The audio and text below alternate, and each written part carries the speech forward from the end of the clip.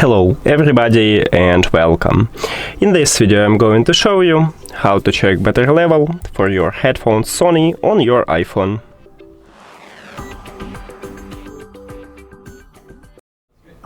So basically we have only one option how to check it. We should create a widget.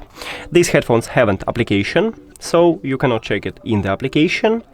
And now let's move to create a widget. You need to press and hold at empty space. Then click Editor Plus at the laptop and Add Widget. Right here, scroll down and you need to find batteries.